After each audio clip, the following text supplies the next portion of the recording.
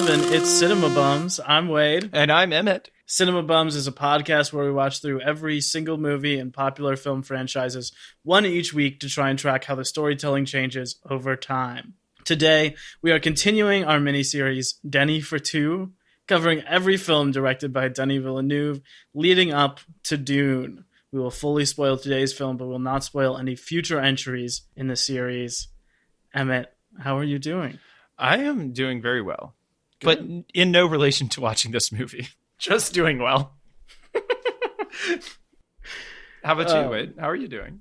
I'm doing good. We're doing an afternoon record, which is rare for us. Yeah. I felt sort of taken by surprise by the intro. I was like, wow, this is a lot of words, a lot more words than I've said today so far. Oh, man. I'm doing especially well because today we're honored to have a special guest. He's a billionaire playboy by day, scarred by the tragic loss of his parents as a child in Crime Alley. These days, he lives in a mansion with his butler and has been allegedly connected to a mysterious vigilante who only appears at night. Please welcome Josh Sutton. Yeah. Wow. All I can say is that you've never seen me and Batman in the same room. That is true. That is correct. That is hard to argue with. But I have seen Batman and Emmett in the same room many times, so... Yeah, when he was fighting me and losing. That's right, I'll beat up Batman. I'll kick Batman's ass. I don't care. Wow. Do you really think so? Absolutely not, but I'd love to get my ass kicked by Batman. That'd be hilarious. Emmett, you would do really good as like one of the guys who like works on the shipping yards. The henchman. Yes, moving like big weapons. Who goes, hey, what's that? And then gets smacked by Batman and is out of the rest of the movie. I'd love to see you play that part. That would be fun. Man. And then, honestly, I would just be living on that residual for the rest of my life, so I really wouldn't have to do any more work. You could just record for Cinema Bums. My life's work. That's the dream. Maybe not actually, but maybe the dream is just to be independently wealthy and then just record these all the time. I mean, it would be better than being poor and recording these all the time, which is what we do already. Right. I was going to say, like, I mean, I don't know. I think the dream is being independently wealthy and then just fill in the rest. Thanks for being here, Josh. How's it going? Thanks. It's pretty decent. Have you seen any of the other Denis Villeneuve movies before you watch this one? Not any of the ones that you guys have released as of now. Okay. I've seen Arrival and I've seen Blade 2049. Mm-hmm. Okay, cool. Those were the only ones I had seen before we started this series too. Yeah, same here. So, had you heard of this movie though, or did you go in like totally cold to it? I had heard of it, but I had no idea what it was about. I think there were still a few when we gave you the option because we had been wanting to have you on for a while. And I know this was the one that you picked. So what sort of made it stand out as the one that you were excited to watch? Well, for starters, it has a cool name. Mm-hmm. That is true. I don't know. The action seems pretty cool. Mm-hmm. And there were actors in it that I knew, so thought I might as well nice. Go with this one. It has a heavily Marvel-oriented cast, I noticed as I was watching it. Yeah, that's a good point. Who all is in there? Obviously, Josh Brolin. Right, it's Thanos. Who plays Thanos, Cable. Oh, that's a good point. Yeah. People. And we'll be playing Gurney Halleck in the upcoming Dune as well. I had forgotten that we had already talked about Josh Brolin in Deadpool 2. I completely forgot he was in that movie. There's the guy who plays Ted in this movie, who also plays the Punisher. Oh, yeah. Good point. Yeah. Huh.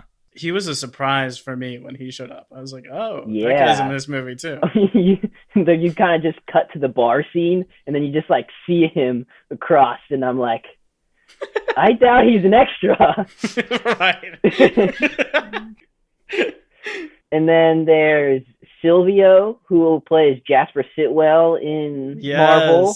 Yes. I had that one written down because I had no idea. He looks pretty different in this. Is that the old guy? He's the cop dad.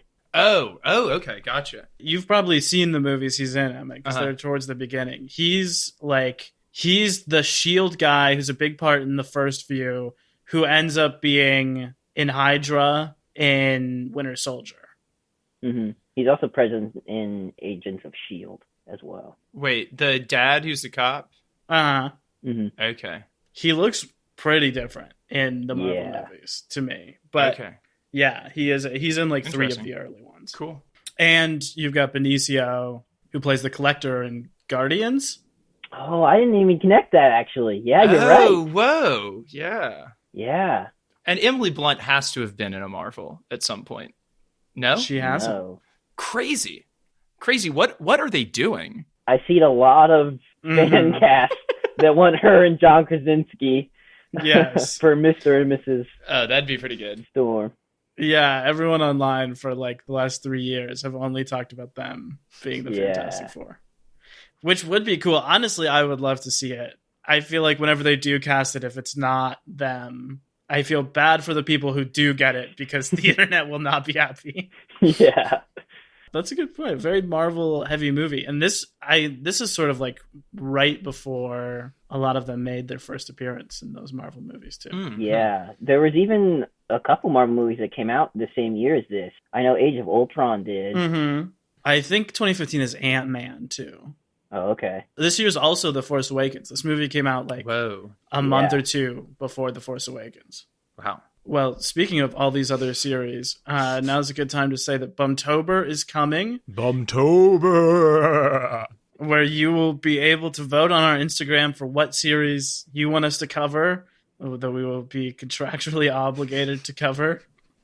So if you have suggestions for that and you're listening, you can send them to our email, cinemabumspod@gmail.com, or you can DM us on Instagram @cinemabums.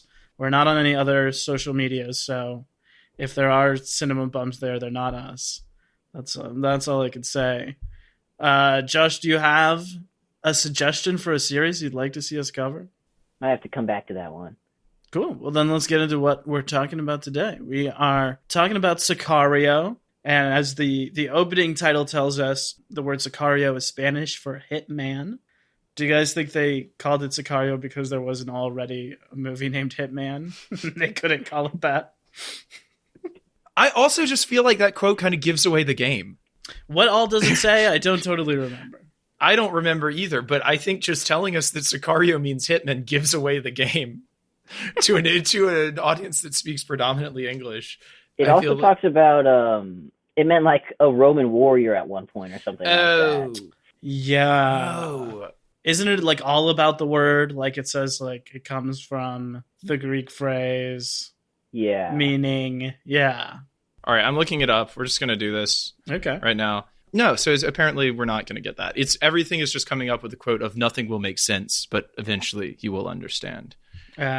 Which I also think gives away the game. That, to me at least, is like the only thing that tells you where this movie is going. Because there are so many like different directions it sort of takes in that first hour, that I feel like that is the thing that at least lets you know like what, like you are waiting for her to understand what is going on. Yeah. And that is what will happen at the end of the movie. How many of these Denny movies have opened with a quote or a title card? Because now I'm thinking it's a good chunk. It's a lot. Okay, I don't remember August 30-Seconds, but I know Maelstrom that does. Maelstrom does. Polytechnique does. Does it? I want to say it does. Maybe. Incendies doesn't. Prisoners doesn't. Enemy does. Yeah. This does. So that's like at least 3 or 4. That's so a far. good chunk. That's enough to be a theme. Sure. Well, this is indeed the 7th movie directed by Denis Villeneuve. And it was written by Taylor Sheridan, who's a guy I want to talk about here, because this is, in my opinion, like the first time we've seen one of these movies have like an additional distinctive auteur voice of another creator other than just Denis. But the others have all had other writers as well, right? He writes all of the French language ones, Right. and the English ones have all have other writers. Mm-hmm. But for the most part, all of the other writers have been like guys who this is sort of their most notable credit. So they're more like script writing for a Denny story? What I mean by that is that Taylor Sheridan has a very distinct voice. Okay. Like as I'm about to read his movies, and as you'll see, they all are sort of like the same theme. Okay. In a way that these other guys are sort of guys who've written like a wide variety of things. Gotcha. So this dude, it may shock you to hear, is from Texas. He was an actor first. He was on Veronica Mars and on Sons of Anarchy. This is the first film he wrote. But all of his films are like, and TV, because he also does TV stuff, are like neo-westerns. Mm-hmm. Sort of Western movies that take place in the modern day. I have this quote. He says, "The modern day American frontier is what his films are about." So this is what he's done. He's written Sicario, Hell or High Water, Wind River, and those three are like, he said, like a spiritual trilogy. Interesting. About similar themes, even though they all are unconnected from each other. Right. Then he wrote Sicario, Day of the Soldado, which is the sequel to this movie, not directed by Denny. The Tom Clancy film Without Remorse, starring Michael B. Jordan, that came out this year. Both of those last two are from the same director. And he wrote Those Who Wish Me Dead, which is this Angelina Jolie like Firewatch movie that came out this year. He also created and wrote the show Yellowstone, which is one of these shows that we don't hear about anymore because it's on network TV instead of streaming, but is like the most popular network TV show. Whoa.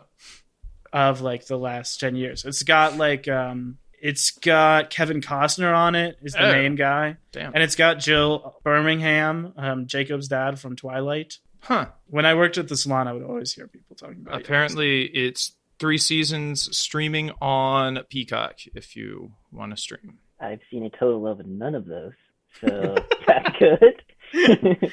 Have you seen any of those other things, Emmett? I have seen Hell or High Water. I have also only seen Hell or High Water. I think that this movie and Hell or High Water would dearly, dearly like to be No Country for Old Men.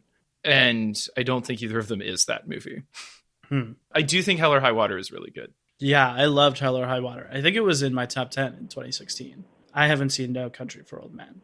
I mean, No Country for Old Men, we don't have to be the ones to tell you. That movie rocks. Go watch it. But, yeah.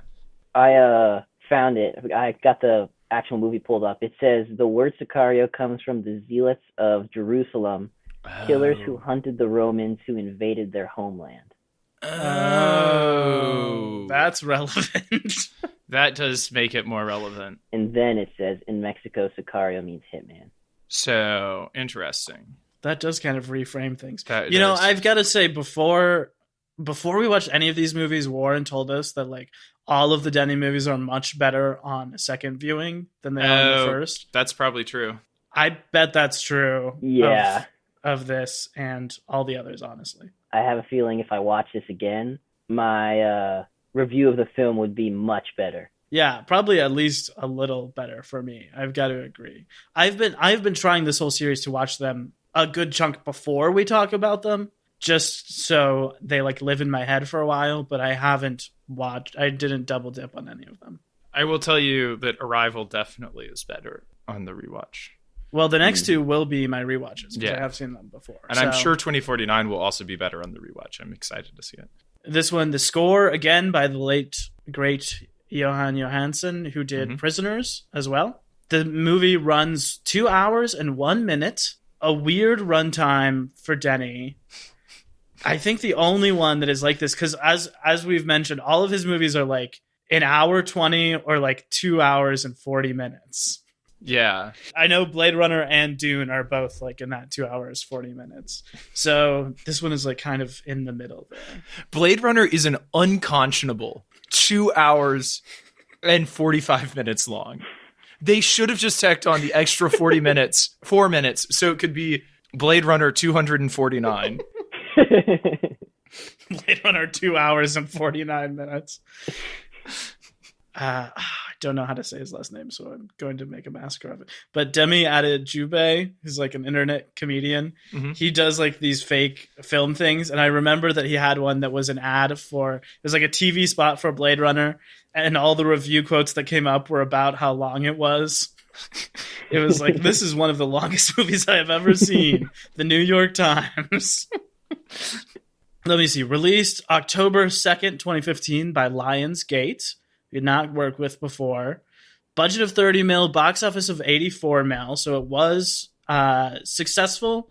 Not like a smash hit, but it was financially successful. Really well liked by critics. And was nominated at the Oscars for Best Cinematography, Best Original Score, and Best Sound Editing. It did not win any of them. There we go. Emmett, what would you say to the listener who has not seen Sicario about what this movie is about? This movie is about a woman who is working, I believe, in the like missing persons unit of the FBI in Arizona. After a raid on a house where they think there are hostages goes bad, and they're like, the house is rigged and there's an explosion, and then they also find in this house like dozens of bodies, and they realize that whatever they're onto is like a lot bigger than just a missing persons case. She gets connected to the Department of Defense and Homeland Security and some guys who are basically doing crazy adventuring missions across the border from El Paso into Juarez. And this is like kind of important and hard. Like, I don't think they ever really set the groundwork for this really well, but that's super illegal what they're doing. And I think you gradually learn how illegal it is. But I think if you don't have a thorough understanding of like how jurisdiction works for the police versus the FBI versus the CIA versus Homeland Security, like, Which I feel these guys are, they're CIA. Well, but I think you think Or they're that's Homeland. what they're told. But you think they're like something else first before you think they're CIA. Because she like thinks they're DOD, and then she realizes they're CIA, and then she realizes that Benicio del Toro's character is also not even that, is like something even more sinister. I think you see from her reaction that like what they're doing is illegal, but it isn't sort of like, they don't make it totally clear. It's hard to tell what like the stakes of the illegality are, I would say, or like what is more illegal, or what, you know, like, because they're all playing on like this boundary, like both on the boundary of the country itself and on the boundaries of legality. I think the movie makes visually very clear when they cross the boundary into the country, like between countries, but it doesn't make it as clear as like when have they crossed the boundary between legal action and illegal action. I think she really feels it when they're coming back across, and she shoots the guy, and she's like, we've just like made a complete mess of this. Okay, I'm doing a terrible job explaining what happens in this movie. I think that like with the legality whole thing, they're going across the border, which is like pretty illegal already. Yeah. And then on their way back, just from the slightest movement of those guys on the bridge, they get out and shoot them all. Yeah. Which is like, that kind of blows her mind. Yeah. And then you get across the border, and we get the whole scene with the water jug, and it's like, oh, now it's like cross that threshold even more, I think is how I saw the legality playing out. Yeah. Yeah. And if we haven't made it totally clear, this is about the Mexican drug war. This is about like them taking on the cartel who are smuggling drugs into America, which is what was going on in that first house they find, where some of Emily Blunt's team ends up dead. The American side, under Josh Brolin, is trying to just go in there with a bunch of basically whack job paramilitary guys and cause as much damage, like as much violence to the cartels as possible. They are like trying to get a hold of this guy so that they can like trace up the line to see like to hit him where it like really hurts, like get the big boss. But the whole time they're working with this other guy, Benicio del Toro, who's a kind of a shady character. And it gradually comes out that he is a hitman for the Colombian cartels. And that what they are in the process of doing is reestablishing a semblance of order. They're trying to reestablish a corrupt order because what they currently have is corrupt chaos. And they would rather have corrupt order than corrupt chaos. So they're trying to reestablish the Colombian cartel as the top supplier so they can get it out of Juarez is what I gather. But none of that is like very none of that is super clear. Like individual character motivations are clearer, but like what the plot is like what the plan is a little unclear to me. I feel the same way watching like, and this is definitely a me thing, not like a fault of the movie, but I feel the same way watching like the modern James Bond movies or the Mission Impossibles, where like you can always sort of tell what they're doing in the minute, but I'm sort of like, which team is this character on? Like which federal agency does what? I feel like I don't know enough background information always to know about like the international espionage and like who is running the strings on everything, you know? Yeah. I think at least like with those movies, you have like the other movies setting them up though. With this one, it's just like you're kind of thrown in there and I had no idea what was going on. Yeah, for sure. And because it does begin in the middle of a raid that's going badly. Well, you think it's going fine. Yeah, you think it's going fine. But I mean, it begins like in the middle. Which that first scene was the only thing that made sense to me, like from there after that. Until there's like that whole portion in the middle and then you get to the end and you're like, oh, this is what's happening. Yeah. Hey, I just want to say that I remember that this movie has a surprise appearance by Daniel Kaluuya. Oh, yeah. Who, of course, plays Wakabe in Black Panther. Oh, yeah, that's another. That was the other Marvel actor I was thinking of. And you know what?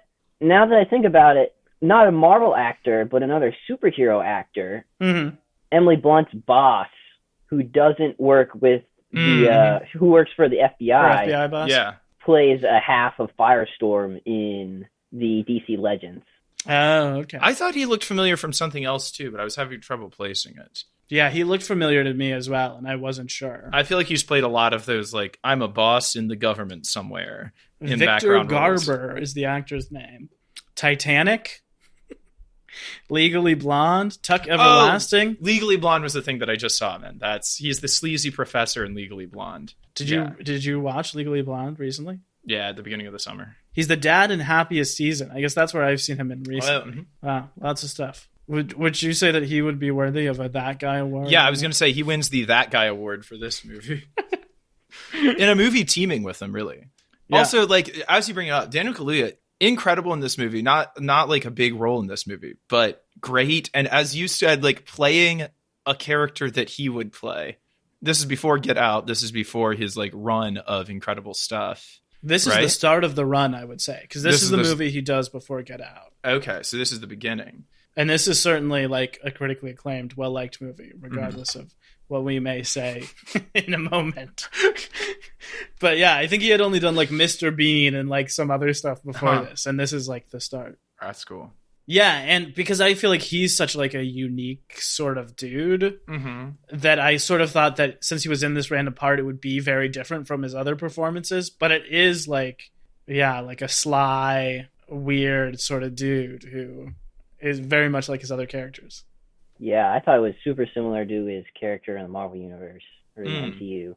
Oh, yeah. Where he kind of plays that like lieutenant that's not a main character, but still an influential role. What was him and Emily Blunt's relationship supposed to be in this movie?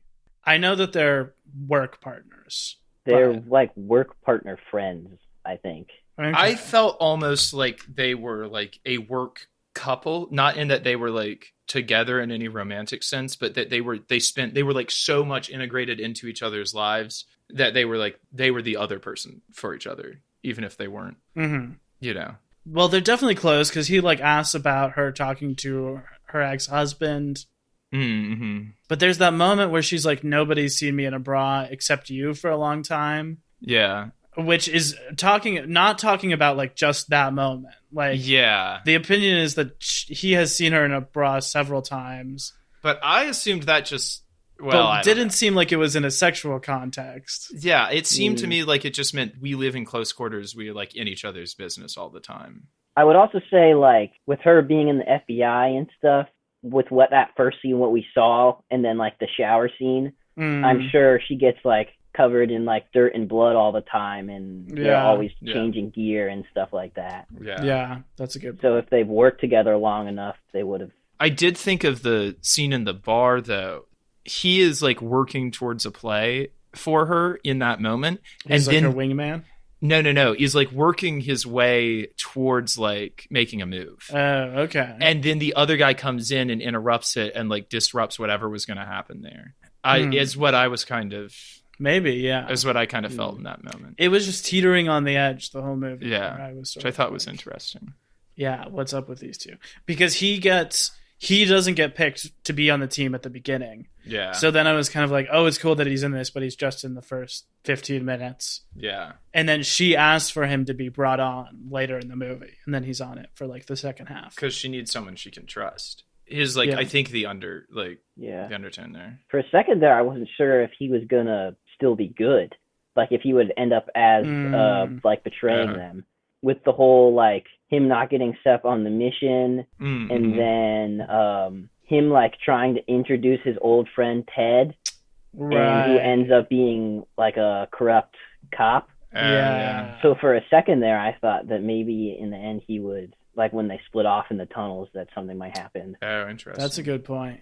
Yeah, he kind of is just not in the movie once they get to like the finale. Yeah, like he is there, but he doesn't have anything to do or anything later in the movie. Neither does Emily Blunt. This is like she's set up as the protagonist. We are watching this whole thing through her eyes until they go into the tunnel. I mean, like even still, you're like still watching it through her eyes once they go into the tunnel, but it like just becomes a different movie, and you kind of like switch protagonists after that moment for the last 40 minutes. More like the last 20, maybe. Okay, yeah, maybe 20. 30. Yeah. I remember having not seen this movie. I remember when the sequel came out, there was some like online controversy about the sequel being focused on Del Toro. Instead of Emily Blunt when she was the lead of this movie. But then watching this, I was like, that's also what this movie does. Yeah, it shifts focus at the end. I read that it originally opened with Del Toro before that opening scene. And I think they even filmed it, but then they made the decision to cut it in the editing room.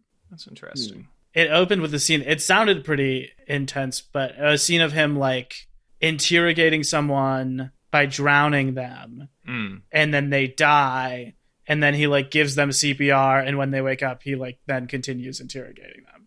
Damn. And then it was going to be like title card. That is pretty badass. But I feel like having that and then the big action scene at the beginning would not totally. Yeah, no. But that would make a little more sense if it was framed by Del Toro, maybe. Okay, well, Josh, Sicario, flop or bop? I think on my first watch, I would give it a flop. But I have a feeling going back over it a second or maybe even third time, might change my answer. Emmett? I'm going to go with flop. Yeah. Wade? Yeah, I would also give it a flop. I'm sad to say there was a lot of stuff I liked, and we can talk about some of that, but I was just sort of like, I was very confused, and I was just sort of like, what's the point when we got to the end of it? Yeah, I agree. I know very little real world stuff about the Mexican drug conflict, and I also have not seen many other movies about it or TV shows. Like I haven't seen Narcos or anything like that. So I feel like if I had that information, this movie would at least make more sense to me. And maybe I would be a big fan of like the tone it's going for as opposed to other stuff with this conflict. But like coming in cold, I don't feel like I learned much actual information or got whatever the movie was trying to say about this conflict. Also, can we just say if the metaphor of a Sicario has to do with killing the invader, that's not what he's doing. No, I think the Sicario is the invader. No, the Sicario is the zealot who is like killing the invaders. He's Colombian. He's not Mexican. So he's not protecting Mexico. He's going in there and killing a bunch of Mexican guys, like Mexican cartel people who, like, that's on a personal vendetta, but those people didn't invade Colombia. They didn't bring drugs to Colombia. The Mexican cartel did not do that. And it would make more sense if his vengeance was directed towards the Americans who are like screwing everything, like who are like pumping a bunch of money and weaponry and, you know, who basically like started this whole trade back in the 70s with the CIA and all of that stuff. But his anger is never directed outward towards them either. So I think like the metaphor of him being a Sicario doesn't I think work. that it works in the sense that the main drug boss guy invaded Del Toro's homeland, Oh, I see. Mhm. like with killing his like wife and Yeah. child, and so he like repels him, but it's still not. But wasn't Del direct Toro line. in Juarez working as a prosecutor? Isn't that what it was? That he was in Mexico? He says that, but do we like believe any of that after revelations that we get about him? I think we do because we meet the other guy who worked with him. Oh, huh. And he had to have been there sometime Yeah. in order for his wife, family to be killed. Yeah, true. It doesn't all quite add up to me. Yeah. I mean, I don't think this whole movie really quite adds up. Yeah, sure. Absolutely. I don't know. I liked the first act a lot. I loved the opening sequence. And as Josh said, I totally understood everything that happened in the opening sequence. Mm-hmm.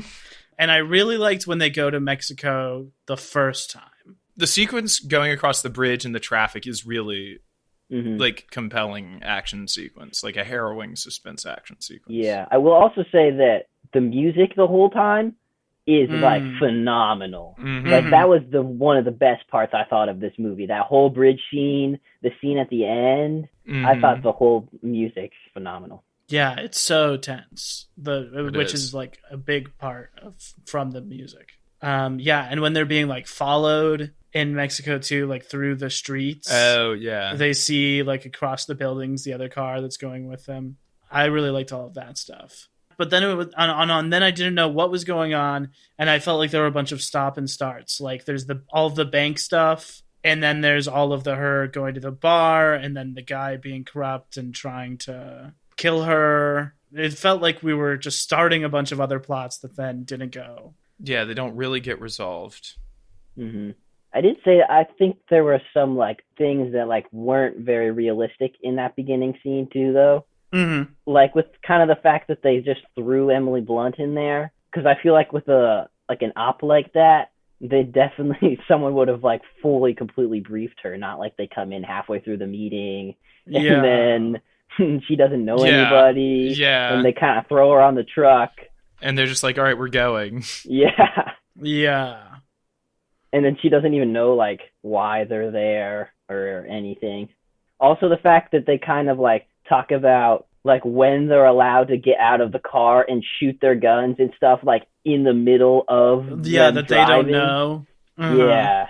But that just made me think about like how much more this is just a bunch of cowboys like going out there and shooting because they want to shoot, not because they actually have any objective to get done, but just because have guns, will shoot people, and they want to go down to Mexico where they can do it without getting in any trouble for it. That's a lot of what I took from it, is that there's this big boys club called like the CIA and Homeland Security, and they like to kill people, and they will kill people, and they'll use like any excuse they can to go do it. But the real objective is just to kill. True. I think Josh Brolin's character kind of parallels that with his like being in flip-flops in the FBI room. And in my notes I wrote down at the beginning that he kind of looks like a single dad at a park. With his glasses on and his flip-flops. And yeah. Yeah, I think that is one of the things the movie does best, is depict everything having to do with all the different now I don't know the word, not industries, but like agencies that are involved as being like such a boys club. Just in like all the dialogue you hear and the behavior of everyone. And she is like the only female in any of these situations, you know. Yeah. Like I thought that was really well done, much more well done than in Polytechnique, where you have like the one interview scene where they like ask if what will happen if you get pregnant, you know. Yeah.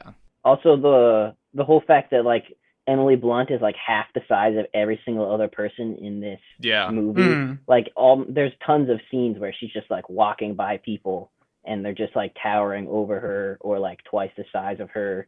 Yeah. And then she also doesn't really seem to like win a fight ever unless she has like the jump on them with a gun. Yeah. Which is an interesting thing. I thought like there's all these like just cowboys, I guess. Yeah. But they're like, she's supposed to be this FBI like break down the door kind of person, but they're all more trained than her, which was interesting. Well, I think they're all military too, or ex-military, and she is not. She is, and like that's kind of part of the reason she's why not, but Kaluuya is. Yeah, he's ex-military as well. But the reason they don't want Kaluuya on at the beginning, I'm now remembering this, or at least one of the reasons they give, is that he's a lawyer. Like he went to law school, and they don't want a lawyer because he would remember that because he would know too much about like he would be tracking too much the legality of it, and they barely want her because she's very by the book. And presumably they take her also because she's a woman, because like they think that because that she's a woman, they can coerce her into going along with whatever it is that they're doing, where they might have more trouble with Kaluuya. Well, even in like the twist, quote unquote, of this movie is just like the revelation that the reason they asked for her to be involved in general is because the CIA needs someone from a federal agency to volunteer to work with them in order to like do these operations on American soil. On foreign soil. Okay. Because she's ostensibly what they're saying she's doing is going in to look for a missing person who they assume to have been kidnapped across the border. Right. And that's why that's why she's there, and they're all going with her as like backup, supposedly. And that's why she's supposed to be like learning the whole time. Right. But even that twist, like, doesn't that seem like just a procedure thing that she would know? Yeah, it does. It doesn't seem like a twist, and it seems like we've all known that already for 40 minutes of the movie. Yeah, there was something that was going to be, oh, this is the real reason we need you. But then they like have that whole freak out scene. But it seems like she already knew the whole time. Yeah. Yeah, it does definitely feel like it's leading up to a twist. Mm-hmm. And we get a few revelations. Like we learn that, and we learn exactly what happened to Del Toro and like who he is. Yeah, but it's not a twist because she calls him out as being like not part of them and like a scary character from like moment one, basically, and is like on his trail. And it's not like a twist. It's just like, yeah, you're correct. And here's why. It feels like if Brolin had just told her in the first scene, we need you because of this technical reason, and this guy is a hitman who's working with us. Mm-hmm. Like, a lot of the conflict of this movie would be avoided. I feel like they could have found someone that would have been perfectly like fine with doing it if they really tried as well. Because there is this opening scene where they're like evaluating who's going to make it onto their team. And they're like, she shows a lot of promise. She would be totally right for this position. But then it seems like they don't it's not actually something where they're trying to like move someone up the ladder. They just need a warm body with them, you know? Yeah. Yeah. Is this a flaw of the movie? Is this a flaw of the plan? Who's even to say now? It's just like... I've got to say about Emily Blunt. First of all, I really like Emily Blunt. Mm-hmm. And I don't think that she gets enough credit because she is like a genre queen. And I feel like she is like consistently good in so many good genre movies. And I don't see a lot of like Emily Blunt stans or people who are like, oh, I can't wait to see that. I love Emily Blunt, you know? Do you know that when she is in A Quiet Place, this is the moment when I decided that Emily Blunt was maybe the greatest one, like in the greatest actresses of our time, is in A Quiet Place, when she hardly speaks at all, but her sub vocalizations, her like whispers are in a flawless American accent. That's when I was like, this is some like quality skill, just like skill pouring out of her, you know, like it's incredible. I think she's great. I think she's either like miscast or miswritten here because I don't know. I didn't like in general the stuff that she is sort of like a weaker character. Obviously the things happening to her are horrible, but that like sort of the second half of the movie is like her breaking down, facing off against this like mysterious boys club that is like pushing against her. I think if that is clearly what the movie was about, it would be a little better, but it didn't necessarily feel like that. Yeah. And to be honest, and I don't mean that that her acting was bad. Her acting was great, but I just don't believe that Emily Blunt couldn't handle anything going on in this movie. Yeah. Fair. Yeah. That's the thing. I feel like most of the roles we see her in, and like what I picture her as, is like a strong, like lead character that other people lean on. But in this movie, like we get that at the beginning, and then she kind of just falls apart throughout. Yeah. And even like gives up on her principle at the end when she's like threatened at gunpoint. Yeah, and then can't go through with killing him. Yeah. And for what? Like, I think she would have killed him. You know? Were they in America? Yeah, they were. Yeah. But like at that point, it doesn't matter. Like, and he was in her house with a gun, and she knows the government would have covered it all up either way. Yeah.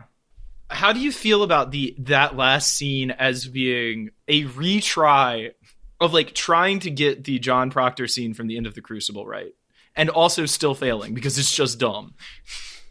What is that scene exactly? She says no because it is my name. Oh, right. Right? Like she's going to sign the thing that says, oh, this was all by the book. He's going to sign the thing that says, yes, these people really were witches. Right. Refusing to compromise the morals, even though it means losing your life. Yeah. I just felt weird about the whole last time we saw her. I was like... Yeah, I feel like you get this like sense that they're gonna become a well-rounded character at the end, but you just like get this final shot of her like shaking, struggling again with her smoking addiction, and can't even like go through with what she stands for. Yeah. And then also I think that finally like really takes the cake for the legality standpoint we were talking about earlier, like threatening an American at gunpoint for their signature about an op that was off soil, and they killed a bunch of people. And yeah. If that was the arc of the movie, then I would need something up front about her being like a true patriot and like believing fully in the system. Like nothing we do is wrong. So like what seems to us watching it, we all said like maybe not that illegal or like slightly illegal. Like we're unsure how bad the things that happen in this movie are, but she seems so shocked to like the point of it destroying her life just by seeing them. Then I think that needs to be set up clearer, that she is the type of person who that would do that to her. I don't know. I just assume that Homeland Security is doing evil things. Like that's just, I just like assume that that's what they're doing. So it doesn't surprise me to see that depicted. I'm like, yeah, that is probably exactly what they're doing. There's the like scene where she goes to her boss at the FBI and is like, bad stuff is happening. And he's like, this came from way, way, way on high. Like whatever it is, you have permission to do it. Yeah. And then she gets in trouble later for having like gone and whistleblowed to her boss, basically. I feel like I would have liked the movie better if it was like, we go to Mexico the first time, it goes badly, but they get the guy. Then they go like back to Mexico and things go horrible. And then like the third time is like going through the tunnels on like the one last desperate mission. Yeah. As opposed to it feeling like it spins its wheels for like half an hour and then we go back. Yeah. Halfway through, one of my notes was just very confused. Yeah. Yeah, I'm sure most of mine are like that too. I did like the practical effects in this movie. Ooh, I mean, lots of cool stuff.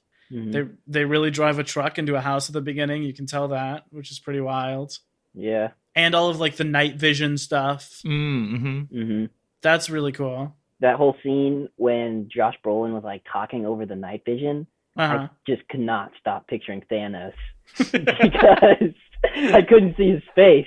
So, but yeah, I thought like that whole scene where Del Toro like shoots her in the body armor and the whole practical aspect of that, and she's like struggling to breathe for like the next few minutes, and even like still when Brolin like throws her down and stuff, I thought all the practical aspects of that were really good. I just loved the last sequence with Del Toro, even though like it was not what the movie was about or whatever. I just thought it was like an awesomely staged sequence. Yeah. Of him like getting into the house. And you find out, because the whole movie you've been seeing just like this other family in Juarez. And we cut back to them like 3 times, and it's never explained until the end, like how they're going to connect to the story. But it's like the dad is a cop, the little son just wants to spend time with him, and like the mom is worried. And we keep cutting back to them. And then eventually you find out that like the drug runners dress as cops, and he's not actually a cop. He's like part of this whole operation, and he gets involved in the plot and stuff. But that's another thing where if that's what this movie is about, then I need more of like the kid and the wife at the end. Exactly. I was like, what was the point of setting up that whole character if they just like barely show him in that scene where Del Toro takes him and he's dropping off the drugs, and then he like does what Del Toro says, and they just shoot him and he kills on. Like, I feel like they didn't really need to have that whole backstory to have that character. Yeah. I feel like this might be like the Denny thing coming out over top of whatever the writer's thing is. Because this feels like a Denny touch, like the intersecting story that you don't really understand how it all fits together until the end, sort of thing. That's a good point. And that humanizing thing that Denny does, where he's like horrified by how violent the world is, so he has to show it all to you, and he like has to show you the human toll of it. And like he's like, yes, here are all these people going and doing these things, and they may or may not have like succeeded in their one mission, but let me show you these people at the very end out just trying to play a game of soccer and hearing gunshots in the background, and that is their daily life. And that is because of all of the things that we have seen, both sides of the conflict that we have seen. Like, to those people, it doesn't matter. It doesn't matter like who's doing the shooting. If you're just like a person living in a city that's plagued with violence like that, it doesn't matter if like law or drug dealers are the ones doing the shooting. It's just gunshots that you have to live with all the time. That makes me think about Polytechnique a bit. Seemingly not taking a side, just like showing literally what happened in this historical event.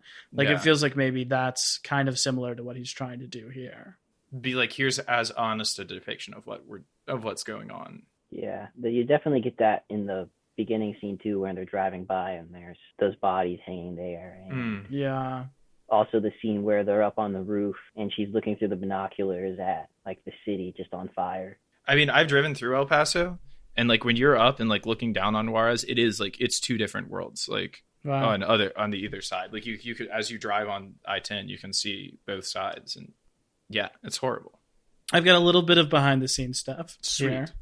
This is mostly taken from this really good article in The Hollywood Reporter called How the Sicario Team Took a Road Trip Through One of the World's Deadliest Cities. Wow. Written by Austin Sigmund Broca. So this movie was written by Taylor Sheridan, who wrote it after, I guess he turned 40 and he had a kid, and he said that he wanted to stop acting and start writing. So he wrote this. He grew up close to the border and constantly around the military, which like informed this movie. Denny got sent I loved this. Denny got sent the script after finishing Prisoners. And I have this quote from him about reading the script. He said, "I remember going through the pages and I was engulfed in the feeling of doom. I was like, oh no, not again." All right. Yeah. Let me see. And a lot of the practical effects we've talked about, they really shot all of the night vision stuff. Like, oh, cool. That's not stuff they shot and then put a filter over it. That's with an infrared camera. And they also built a full-scale replica of the El Paso Juarez Bridge, because apparently that was faster and less expensive than getting the time they needed to shoot on the actual thing. Holy hell. And the budget was only $30 million. Yeah. Yeah, you got to imagine 10 million of that was just on that sequence then. That's crazy. Yeah. Yeah, and then another $5 million on Brolin's flip-flops, probably. I was just going to say, they didn't have to spend that much on the costume work. Yeah. He just pulled some items from his closet. They're like, hey, we'll shoot the whole thing at night. You won't be able to see what anyone's wearing. It's fine. But we got this bridge. Oh my God. That's so cool. Apparently, Del Toro said that he cut 90% of his character's written dialogue in the script. What? Which was that he was apparently it said that like he had a bunch of monologues and a bunch of stuff early on explaining who he was. And Del Toro was just like, I think he's a weird, creepy guy. I don't want him to talk that much. Well, I think he was absolutely correct. Can you imagine? Okay, can you imagine this movie, same stuff going on, but Benicio del Toro will not shut up the whole time. So basically, He's just the collector. Right. Yeah. This movie already has so much more talking than any of the other movies we've seen so far. I guess that's true. Because he doesn't really like... I've got a quote from him, too, where he's talking about supporting Del Toro's choice to cut the dialogue. Mm-hmm. And he said, plays are about dialogue. Movies are about movement, character, and presence. And Benicio had all of that. Yeah. Yeah, and then the last thing I've got is that the mayor of Juarez at the time of this film's release, Enrique Escobar, spoke out against this movie and said that the depiction was not accurate at the current time, but that it had been accurate up until about 2010. Oh, interesting. That's like what the official statement said. It was true that this was written and inspired by the height of the violence, which I guess was around 2010. Oh, yeah. There was an article, I think, in the New York Times that was about how it was sort of like tough for some of the members, the real life Juarez members, who were still like recovering from trying to make it a better place, and then got a lot of attention from this movie about how horrible it had been. Yeah. I don't know how they're doing now, I guess, 11 years after, but that's what I read when this came out. I guess Del Toro succeeded in bringing order. Yeah, I guess so. Okay, let's do MVP. Okay. So, who is everyone's favorite character? I'm going to say other than Emily Blunt, Del Toro. Dang. What? Should we... You cannot take a third person off this table. There's only 4 characters in this movie. There are a lot of characters in this movie. Okay, do we want to say just other than Emily Blunt then? I think Emily Blunt and Del Toro, I think. Okay, the two protagonists. The 2 protagonists. Okay, so your favorite character other than Emily Blunt or Del Toro, Josh, you have first pick. Not exactly a serious one, but that bomb sniffing dog at the beginning. I thought he did a great job. Very convincing performance. Especially when the bomb blew up. Yeah, I really thought that was a dog. I've got to say, whoever was playing him. Actually, though, probably Emily Blunt's partner. Daniel Kaluuya? Yeah, I thought he just did a really good job as a supporting character who fit his role really well, and was kind of just one of the more successful characters. Emmett, MVP? I'm gonna go with Ted, the guy who tries to kill her. I thought that his sequence was like John cool. Bernthal. Yeah, I don't really know what his sequence is doing in the movie or like how it all ties in, but I thought he was really good. I think he was really scary when he turns. Like he's fun up until the moment when it's not, and then he's really scary, and I thought it was good. That was really scary. I felt like that was the most tense the movie was, when you have those like scenes from his perspective, seemingly, of him choking her. Yeah. But that's another one of those things where I'm like the one woman is the only one who goes out and gets drunk and tries to sleep with someone, and then he ends up being the enemy. Yeah. And also, I just don't think that Emily Blunt would be the one to make those mistakes. Yeah, I don't think, and I agree. But also, did Roland set her up to do that? Oh yeah, they said that she did say later, that she was the bait. Yeah, but presumably Kaluuya wasn't in on that, and he's the one who's like, "Let's go to the bar." Yeah. So did they influence his bar decision or something? Right. What even happened? They drive them to the bar. There's also that scene where she's like, "What is this place?" Yeah, the wild pony. And if you are a serious drug cartel and your thing is that you all wear neon blue Livestrong bracelets, what if someone else is just wearing those? And those are very conspicuous too. Yeah, for a grown man to have. Yes, all these intimidating guys wearing these neon blue. The Punisher in a blue and pink bracelet. This is so strange. The more we dig into this, the more I'm like, did the critics watch this one? When they were like, that's or did the they thing. just... I'm kind of people loved that's this the movie. Thing. I looked at this at the reviews after this, and I was 92% on Rotten Tomatoes. Yeah. What? Yeah.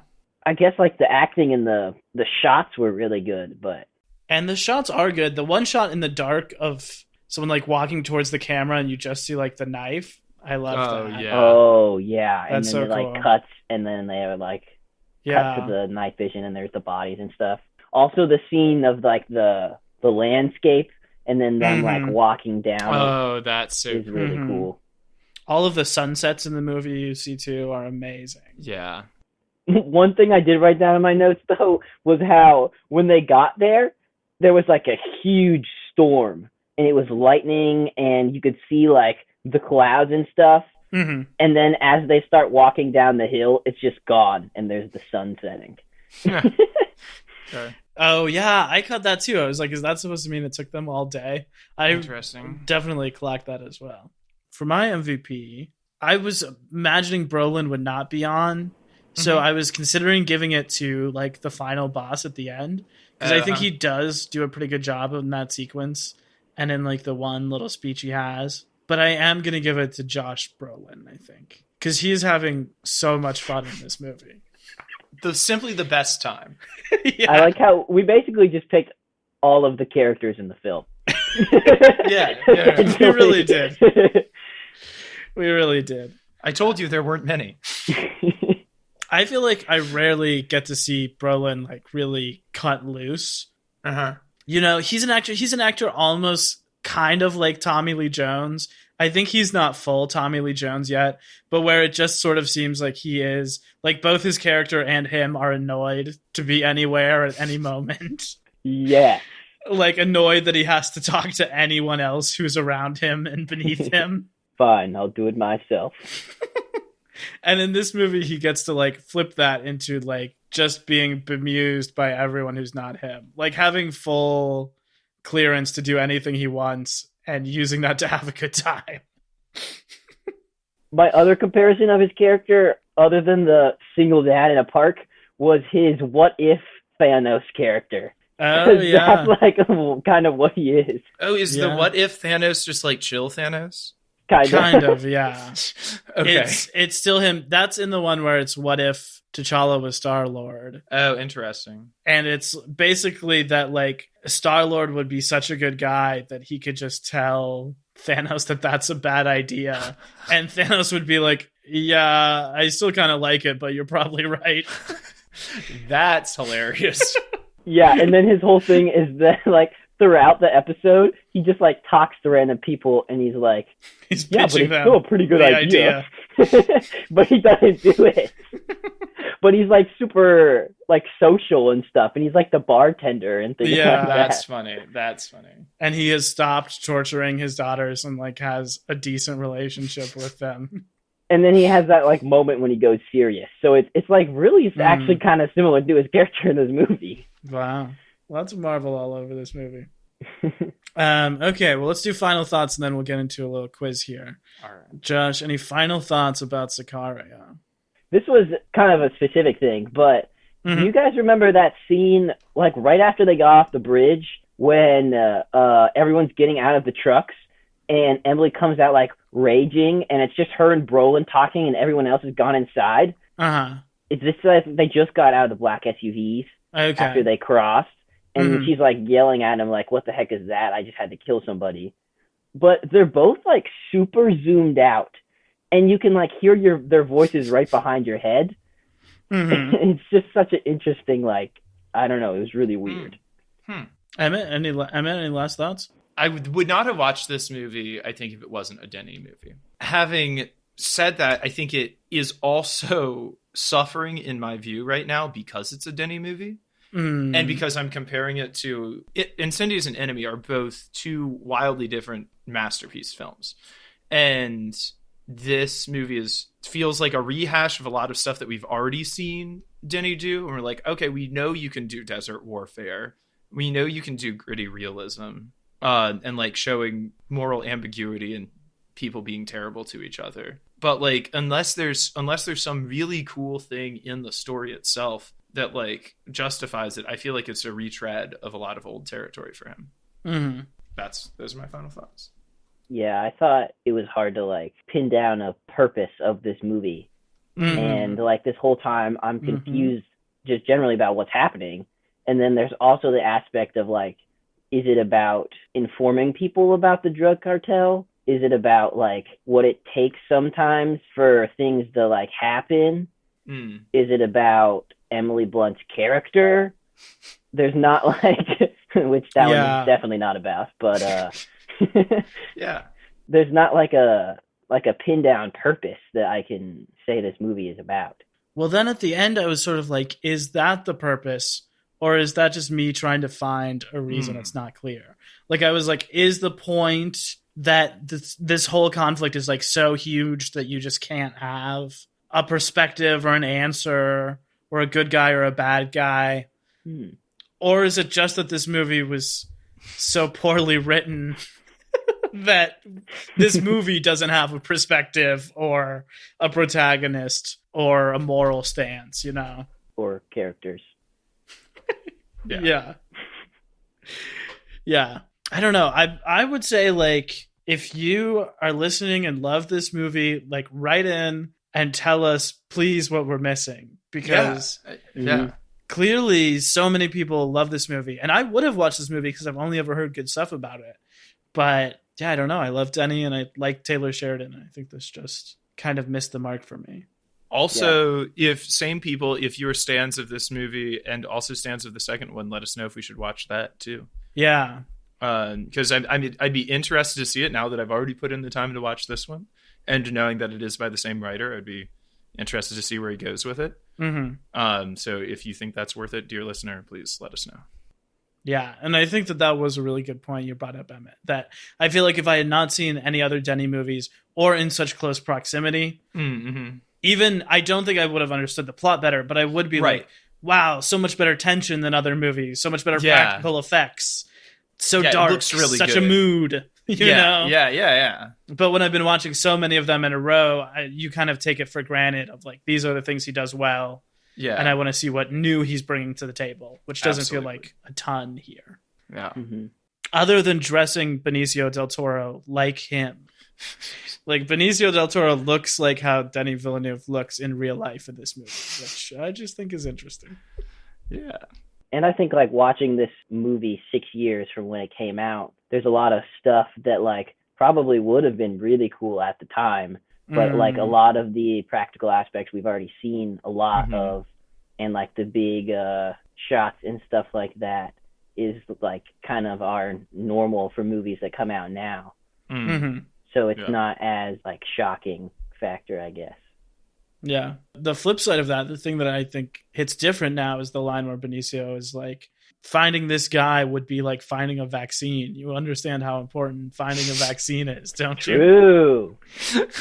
And I was like, I probably wouldn't have thought anything about that in 2015. Awesome. Well, I think we did a great job covering this movie, to be honest. I feel really good about it. Now it's time for Bum's the Word. Ooh. This is a quiz. I have 8 movies here today, which I will be giving hints for, and you all will be trying to guess. And I will say that there is a link between all of these movies, and whoever can first correctly identify the link, what all of these 8 movies have in common, will get an extra point. Ooh, I like this. An extra point. Harry Potter. Not on this list. Are they all 8 Harry Potter movies? Yeah. Is the connection that all 8 of these movies are Harry Potter? No, I'm sad to say. That would be a better joke, though. Okay, movie number 1. This is a 2006 comedy. It is sort of a famous older actress and like a hot young actress at the time going head to head. It's kind of like a workplace comedy in some ways. You said 06? Yes, this is 2006. Oh, is it The Devil Wears Prada? It is The Devil Wears Prada. All right. Wow. I have never even heard that movie, so... Oh my God, watch it. Immediately. I watched that movie at your house. Really? Yes. I'm sure my mom has seen it many a time. It's Meryl Streep and Anne Hathaway. Okay. In like a fashion world. That's what I was trying to describe how I could talk about it without saying the word fashion. Okay, film number 2 is 2012 sci-fi movie from kind of one of the rare original sci-fi movies, not based on anything else. It is kind of a time travel movie in some ways.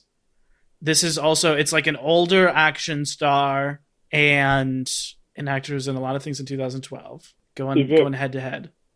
Men in Black? It's not Men in Black. An older action star. It is... Oh, wait. Is it Edge of Tomorrow?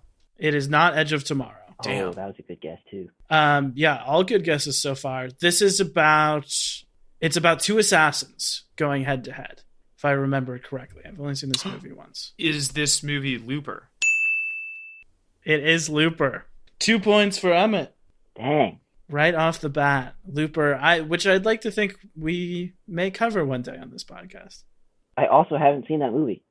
Oh, I think you'd really like it. Who directed that? That's Orion Johnson. Oh, yeah. That would be something that we might like to cover someday. That's Brick, which I also love. Brothers Bloom, which I haven't seen. So good.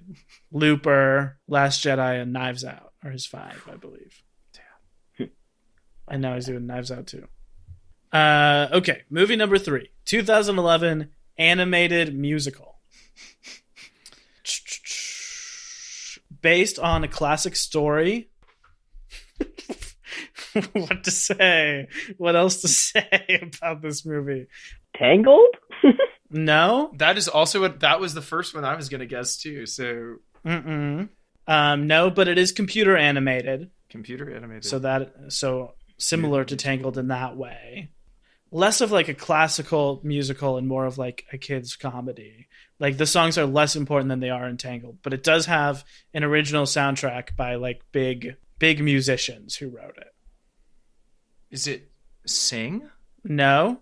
A big hit, big surprise hit. British, I'm not sure. Yes, this is a British production and almost all the actors in it are British as well.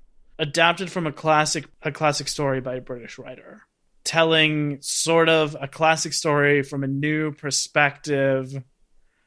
It takes place in a lawn. Is it Romeo and Juliet. Yes. Oh, damn. This is like the 3rd time Romeo and Juliet has been an answer, and I haven't gotten it on this damn quiz. That's why I picked it, because we do somehow keep talking about Romeo and Juliet. I guess that's what we got to put on the list. I think there is at least one sequel. So it could, Sherlock Gnomes, I'm reading. It's the sequel. Oh. I'm sold. I'm 100% sold. Yeah. Original music by Elton John and Lady Gaga on that, with a truly wild cast. James McAvoy, Dolly Parton, Michael Caine, Jason Statham, Maggie Smith. I will Jim say, an Cummings. unexpected good movie. I remember liking it. Okay, movie number 4. Also from 2011. Big year for this quiz. And cinema in general. I believe it was the best year for cinema since 1938. Is that what it was? This movie, 2011, it is a comedy. It is also a musical. It's live action. Similar to the last movie, I would say don't get tripped up on the musical aspect, but this is indeed a musical. This is a reboot of a classic franchise, sort of going in a new direction. Yeah, this is a reboot of the series, and then this movie in turn has had a sequel. I think only one, but in sort of the new series. Comedy, live action, 2011. You said don't focus on the musical that much? I'm not focusing on the musical part. It is a musical, but it's not like Tangled. You know, like it's not. Oh, is it Addams Family? It's not Addams Family. That's not. That is animated, isn't it? It's not Ella Enchanted? It's not Ella Enchanted. I will say, okay, this movie is live action. It has live action actors in it, but there is also other stuff done through effects. There are characters who are not portrayed by human bodies. Smurfs movie? No, but you're on the right track of like a classic TV series that was turned into a movie series, and this is like that movie series coming back. Get Smart? No. Winnie the Pooh? No. I hope I haven't misspoken because I'm not sure if this series was. Is it Peter Cottontail, the legend of the rabbit guy, Paddington? Domhnall Gleeson? No, you're all in the right headspace. This is like a classic big series. Like I would say more well known than any of the series you've mentioned so far. This is like a classic kids family series. It's American. American musical comedy. The Muppets? It's the Muppets. Oh, come on. Let's go! Damn. How did it take us that long to get the Muppets? Live action. It is live action. It is live action. Yes, it is. That's why I said that, because I was like, it isn't animated, but... All right. All right, we're here halfway through, and the score is tied 2-2. Anyone's game still. By the way, if you know the link, you can shout it out at any time or have a guess about it. We don't have to sort of wait. Having said that, I'll continue on to movie 5. Movie number 5 is 2014. This is a live-action musical, and I will say this is a musical. Is it The Greatest Showman? No, that's 17. Okay. This was a Broadway musical originally, and this is the first film adaptation of it. You said live action? Yep, it's live action. Big ensemble cast, lots of characters, lots of actors. Is it Spider-Man Turn Off the Dark? The movie? No. This is from, I would say, like the number one musical theater composer. It's adapted from one of their musicals. Mm-hmm. And what to say about it? It was a hit. It, I believe, it was got several Oscar nominations. It was also like critically successful, commercially successful. It has a talk show host as one of its leads. Into the Woods. That's correct. Let's go. Mm-hmm. Corden. Yes, James Corden. Into the Woods, adapted from Stephen Sondheim's. Featuring Wade Holloman. I was in this musical, not in the movie. Not in the movie. Strange they didn't come to me to reprise my role. What can I say? Movie number 6. This is a 2014 science fiction film. This movie has many titles, and I will accept any of them. Edge of Tomorrow. That's correct. Wait, what other titles does that movie have? So good, Josh. It's like Tomorrow Never Dies or something like that. Okay, Edge of Tomorrow has been released under the names Edge of Tomorrow, Live, Die, Repeat, Oh, that's and what I'm thinking of. All You Need Is Kill. Wait, really? And it was released on home video as Live, Die, Repeat, Edge of Tomorrow. Wow. I hadn't heard the third one, but... I think that is the title of the book it's adapted from. Oh, interesting. The original source material is called All You I Need can't Is believe... Kill. I would not have thought of that if you hadn't guessed it earlier. I am ready to guess for the bonus. Is Okay. the bonus that they are all connected by Emily Blunt? That is correct. Emily Blunt is in all of these movies.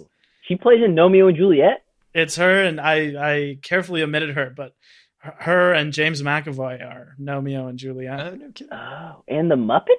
Mm-hmm. She's like a cameo. I remember her as a cameo in The Muppets, and that's when I knew. Dang. Yeah, it was going to become more apparent as the movies went on. But yes, good job, Emmett. Edge of Tomorrow, where Emily Blunt is more ripped than anyone has ever been in any other movie. Damn. Okay, let's take it. We got 2 more. It's Josh with 4 points, Emmett with 3 points. Movie number 7.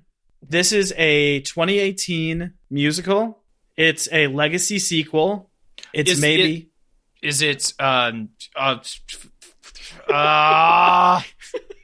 Yes.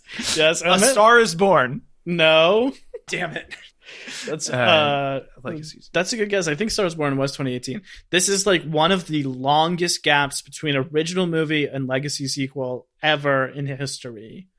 But it does still have, I think, one singular actor from the original who returns to play the character in the sequel.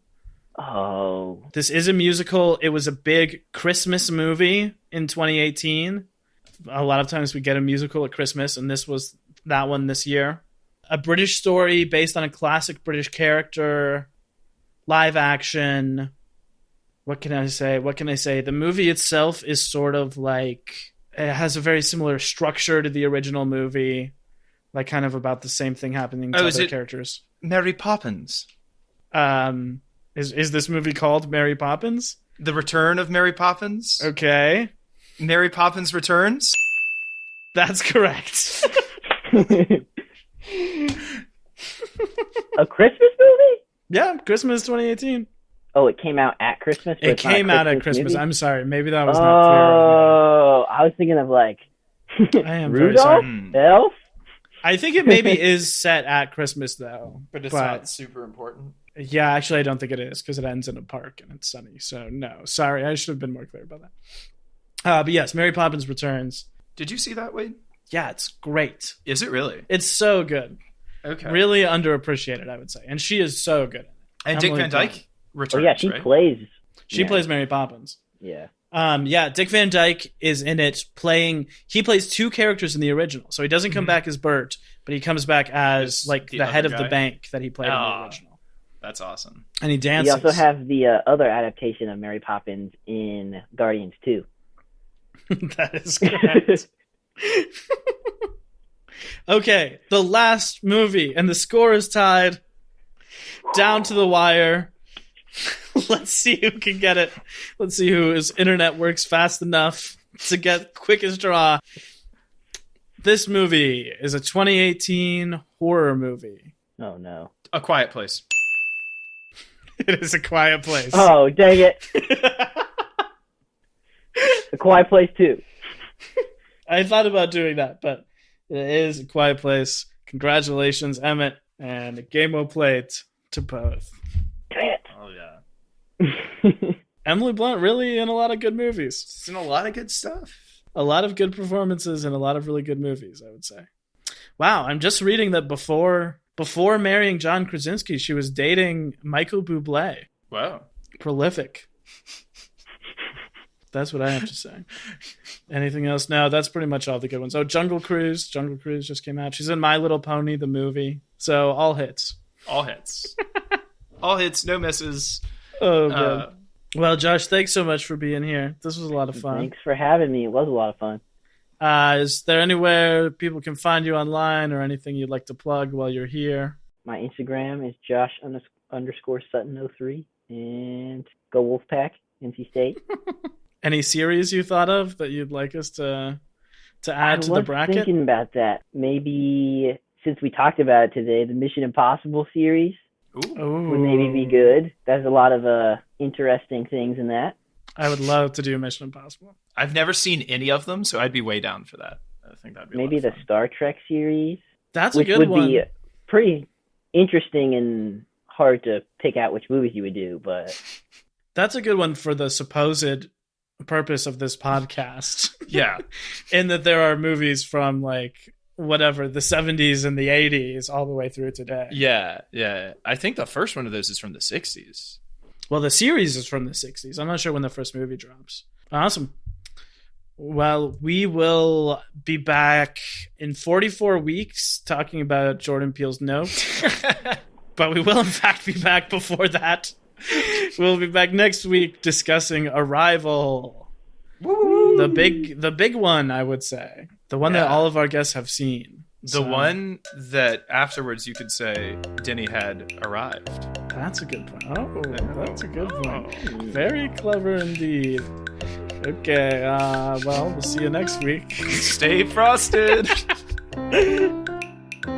Cinema Bums is a production of DKG Podcasts. It is created and produced by Emma Temple and me, Wade Lawrence Holloman.